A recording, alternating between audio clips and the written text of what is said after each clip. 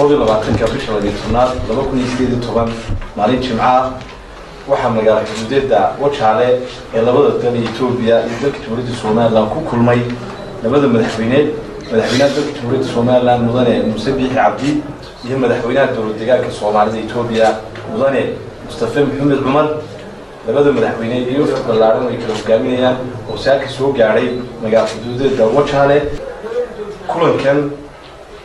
ay ku wada qaateen magaalada Wajaale ee magaalada xuduudeeda labada madaxweyne labada wafdi oo ujeedadiisu ay ahayd sidii loo xoojin lahaa xiriirka ka dhexeeya labada dhinac waxay halkaas kula garteen guddiyo ka shaqeyn doona arrimaha masiiriga iyo horumarka ka dhexeeya labada dawladood kuwaas oo ay ka mid yihiin guddida amniga iyo nabadgelyada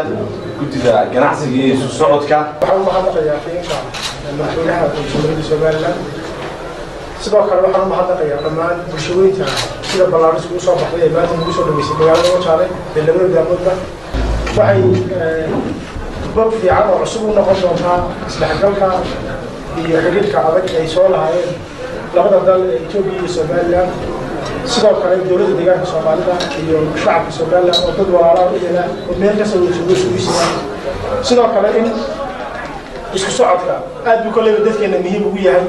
saan soo nahayna dadkeena muddo badan waxay ka caawinayaan ama ay ka hadlayaan xagga isku socodka gaar ahaan marka xaggeega loo soo gudbayo taasna inay si sahlan hadda kadib isku socodka bulshada uu noqdo labada dawladoodna ay ka wada shaqeeyaan sidii bulshada deegaankeega ku nool ay si sahlan u iman lahayd xagga Soomaaliland dadkeena walaalaheen Soomaaliland ay si sahlan u iman lahayd dalka Itoobiya